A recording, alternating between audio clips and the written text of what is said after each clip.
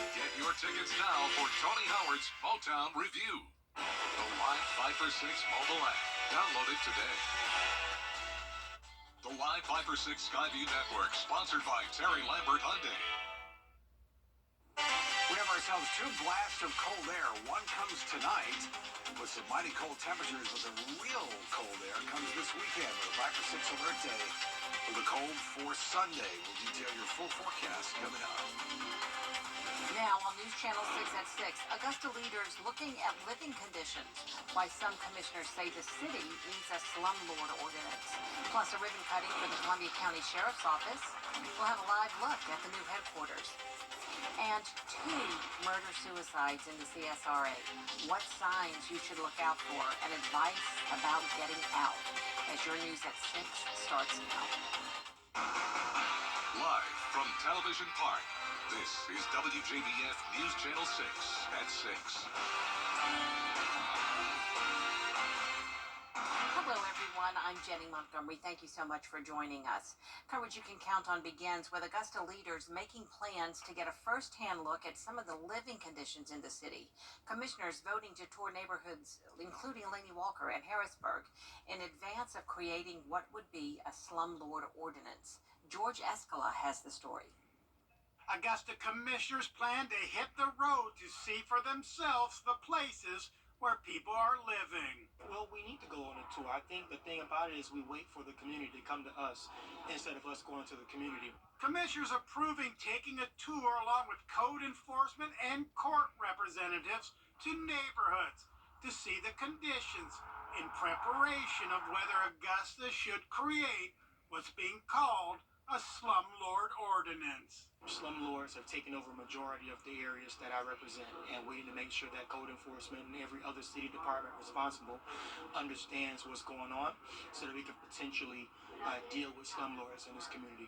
Commissioners are aware Augusta has nuisance and blighted property regulations on the books, but some say new rules could send a message. If the landlord who's not doing a good job with their property, they know that we're serious about trying to keep the Augusta looking nice. The past commission efforts on rundown properties have been hampered by state private property laws. When it comes to privatizing, we're a little bit short on what we can do. However, we need to be able to do what we can do. I want folks to see what's happening in these communities so that we can go out and see about fixing some of these issues. Commissioners voting to hold the tour within the next 60 days. In Augusta, George Escala, WJBF, News Channel 6. Time now for a first check of our forecast. Here's Chief Meteorologist Tim Miller. Jenny, we'll take a look outside tonight and how to prepare for the cold. All coming up in just a few minutes. Jenny?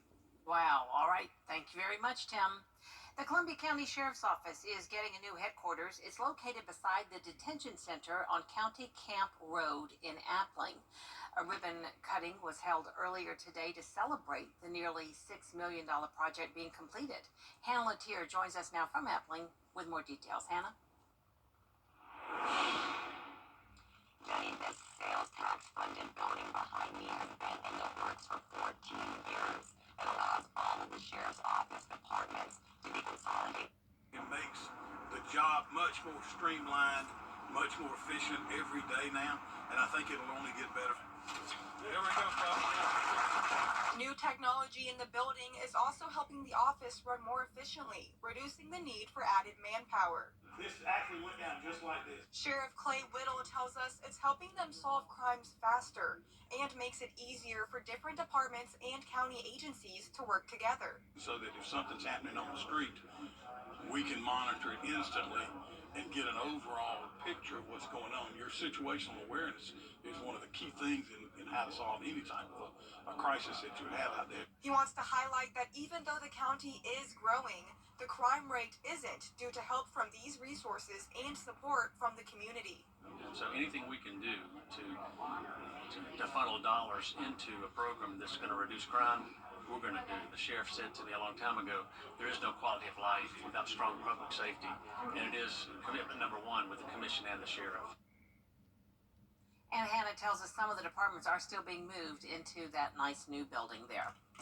Coverage you can count on continues with an arrest made after a domestic incident in Columbia County. It happened this morning on Andover Way in Evans. Investigators say William Ashmore made a 911 call saying he had hit his wife and was trying to kill her. His wife was taken to the hospital for her injuries. Ashmore is charged with 2 counts of aggravated assault. 4 other people are dead after 2 murder-suicides in the CSRA, both involving spouses. More than 2,000 people sought refuge at Safe Homes of Augusta last year, and more could have gone to Cumbie Center or decided not to report at all. Nationally, 1 in 4 women and 1 in 7 men will experience domestic violence. In the CSRA, we've seen 3 separate cases since Sunday. The executive director of Safe Homes of Augusta, Amy Hall, says warning signs are not always seeing a bruise, but they include isolation, timid behavior, and emotional abuse like name-calling. She says there's a way to safely get out. When a victim decides to leave the abuser, that's the most dangerous time. Just say you're in the home, try to be where you can always get out, out of the door, in the bedroom. If there's a way to videotape what's going on, so then there's evidence. To have your bag sitting on go, maybe, leave that bag with a family or friend, hide it in your trunk. Hall says to keep important documents and a stash of money with that bag if you can, so that you can smoothly transition. And turn the location tracking off on all devices. For loved ones, she says to listen and not judge. An Aiken teenager is being charged with 3 counts of murder. 17-year-old Antonio Jones is accused of shooting 3 teenagers at a home on Wadley Drive in 2022. Jones was 15 years old at the time. He's now being charged as an adult. 2 others have already been arrested in this case. A big announcement for the city of Aiken: Duke's Barbecue will hold its grand reopening nearly 2 years after the restaurant burned to the ground. The fire happened on June 11, 2022, causing more than $300,000 in damage. Over the last year and a half, they've been working on a new building for the family-owned business. It includes a larger dining room, an outdoor seating area, and a new food bar for guests to enjoy. It's been 7 years in the making, not just over the last year and a half. We've been trying to get into a new building for a long time, and this is really a realization of those 7 or 8 years of trying to get a new building, all really brought into one moment. And so we're just thrilled to do this. The reopening will be at 10:30 tomorrow morning at their location on Whiskey Road. Coming up, keeping Georgia teachers in the classroom. How Governor Brian Kemp plans to improve teacher retention. First, though, a look at what's ahead on News Nation. Special guest, Bill O'Reilly. And mymiracleadvantage.com, Facebook, or Instagram. Governor Brian Kemp has proposed $1.4 billion in funding for Georgia educators. He also wants the money used to increase reimbursement rates for early care and learning, fund literacy initiatives for coaches and screeners for K-3 students, a $2,500 pay raise for teachers, and to invest $185 million for a school security grant program.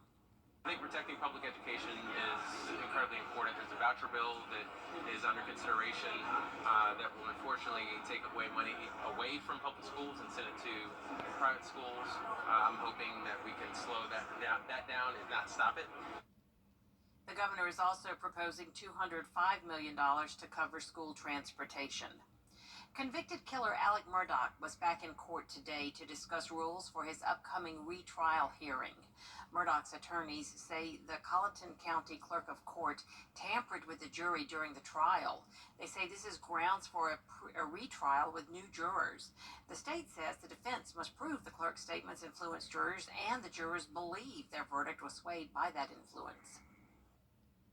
They're going to tell the truth, and I fully expect that they're going to say that they rendered a verdict of their conscience. Remember, they heard over 70 witnesses testify and received 400 pieces of evidence, and they rendered their decision. And I think what you're going to hear is they were not impacted by anything that they may have heard or anything that Miss Becky may have allegedly said. The hearing is scheduled for January 29th through the 31st in Columbia. Tim, we've got a cold blast coming our way. We do. We have one cold blast tonight. Right. Then we have a massive cold blast coming up for this weekend. Great. I know. Great. That's fantastic, right? Put on the fire and binge. Yeah, exactly. Binge something on TV. Something on TV. 49 was the high temperature today. Average high is 59.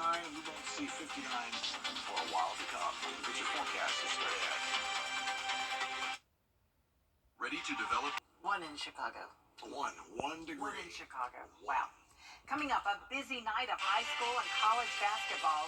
And Kirby Smart takes a stop in Augusta to do some recruiting for the Bulldogs. Brendan's up next with sports. News Nation. Services, your plumbing, heating, and AC pros. Were you or someone in your family injured in an accident involving a big truck? Chances are, while you were at the hospital, the insurance company was already on the scene, with lawyers and crash experts trying to build a case against you. You need a skilled legal team on your side, and you need it immediately. I'm Austin Jackson. My law firm has experience, resources, and experts of our own to get you the results you deserve. Injured? Call Austin Jackson, the Augusta guy. 706-724-7224. Create your perfect room. Time. It's the January clearance event at Weinberger's, and we're saying goodbye to our top quality sofas and sectionals. I'm gonna miss you so much. Tables and chairs. See you later. Wing chairs and buffet tables. Sayonara. Top quality brands. Nice knowing ya. Accessories and more. Gone. Everything must go. Tons of in-stock merchandise ready for immediate delivery. Can you really get all this at prices better than the internet? Yes, you can. The News Channel 6 mobile app is now even better. Download it today. With Rent and Expect, go to murphycareers.com. Now, WJBF sports coverage you can count on. Even though National Signing Day has come and gone, college football recruiting still full go, especially with lots of coaching changes at major programs, including Nick Saban retiring at Alabama. Evans four-star offensive lineman Mason Short decommitting from the Tide was announced this morning. And Georgia head coach Kirby Smart wasted no time visiting Short. Smart in the Kirby copter landing at Evans High School this morning for a visit with Short, his coaches, and his family. 6'6", 315-pound offensive lineman from Evans had been committed to the Crimson Tide since April. He's got more than 20 Division I offers. He visited Athens on Saturday, January 13th, had a pre-planned official visit, went to the basketball game. Ohio State, Clemson have also made visits. Short still has his senior season left to play next year. Despite what you might have seen on the internet, Midland Valley head coach Earl Chapman is not leaving the Mustangs. A post to Chapman's personal Facebook page last night stated he was resigning as the head coach, but I texted with Chapman. He says his Facebook account got hacked. He can no longer access it. He says he is not leaving. Mustangs coming off the best season in decades, finished 12-2 and won the region championship.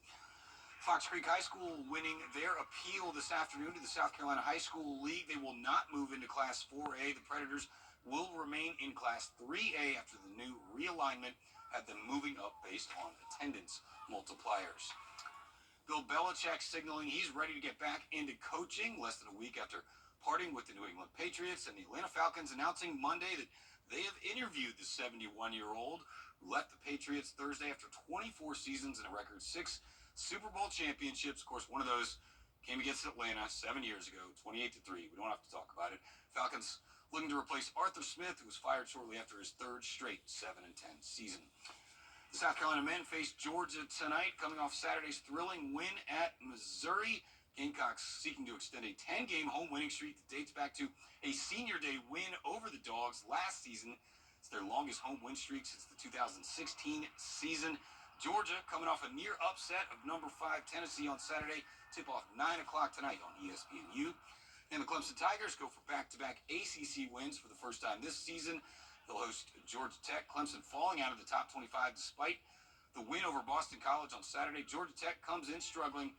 Jackets 4-6 in their last 10, including a 5-game losing streak. That one's also a 9 o'clock tip-off over on the ACC network. And lots of area high school games on the schedule tonight, including in Thompson, where the undefeated top-ranked boys take on the number 4 Butler boys. And on the girls' side, the Thompson Lady Bulldogs, number 3 in Class 2A. The ladies from Butler in at number 6. We'll have highlights later tonight. And we will be right back. Thursday at 5 on News Channel 6. News Channel 6 invites you to take your cooking to the next level.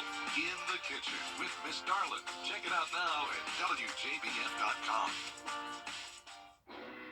All the top mattress brands? Where would you look to find the perfect mattress? In a little mattress store or mattress warehouse?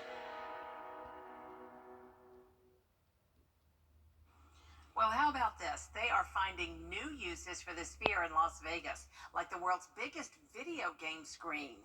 The Sphere has transformed into a giant game of Tetris to celebrate the game's 40th anniversary. Last month, a 13-year-old, you'll remember, from California, became the first person to beat the original Nintendo version. Wow. They should let it play on that. Yeah. There you go. Yeah. It is cold. 20 the overnight low tomorrow morning, 45 the high, and the real cold air comes over the weekend as we have a Viper 6 alert day posted for Sunday, but lows in the teens. Low teens. That is all the time we have for now. News Channel 6 continues at 7, right after World News Tonight. Have a great evening.